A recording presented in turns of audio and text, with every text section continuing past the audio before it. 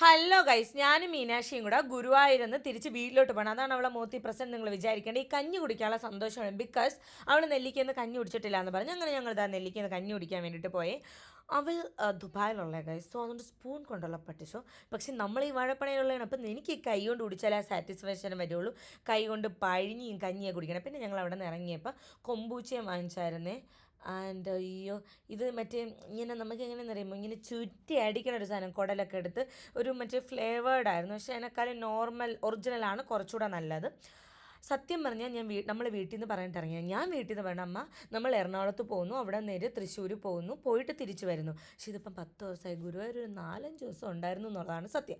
പോണ വഴിക്ക് കോട്ടയത്ത് ഒരു വീട്ടിൻ്റെ സൈഡിൽ വെച്ചിട്ടുണ്ട് തേൻ വിൽക്കപ്പെടുമെന്ന്. അപ്പം നമ്മൾ ഈ ഹോം മെയ്ഡ് തേനാണ് ഞങ്ങൾ കൂടുതലും എടുക്കുന്നത്. അവിടെ ചെന്നപ്പോൾ ഇഷ്ടം പോലെ തേനീച്ചക്കൂട്. പക്ഷേ അതൊക്കെ ചെറിയ തേൻ്റെയാണ്.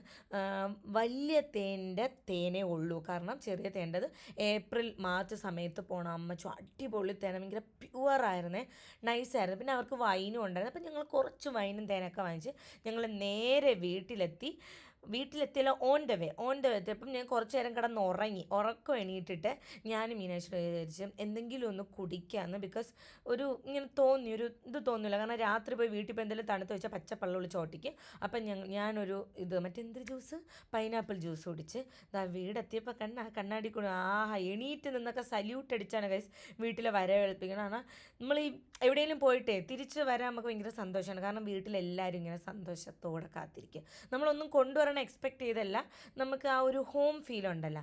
അപ്പോഴത്തേക്ക് എൻ്റെ മിട്ടൂഷ് പൊട്ടാഷ്യം ഒക്കെ കഴിഞ്ഞിട്ട് കുറച്ച് നേരം എനിക്ക് മണപ്പിക്കണം. കാരണം പിന്നെ ഒരു സന്തോഷം എന്ന് പറഞ്ഞാൽ നമ്മൾ വീടെത്തുമ്പോൾ നമ്മൾ ഇത്രയും ദിവസമായിട്ട് ഉള്ള കൊറിയർ അതൊക്കെ തമ്മിൽ ഒരു സന്തോഷമാണ്.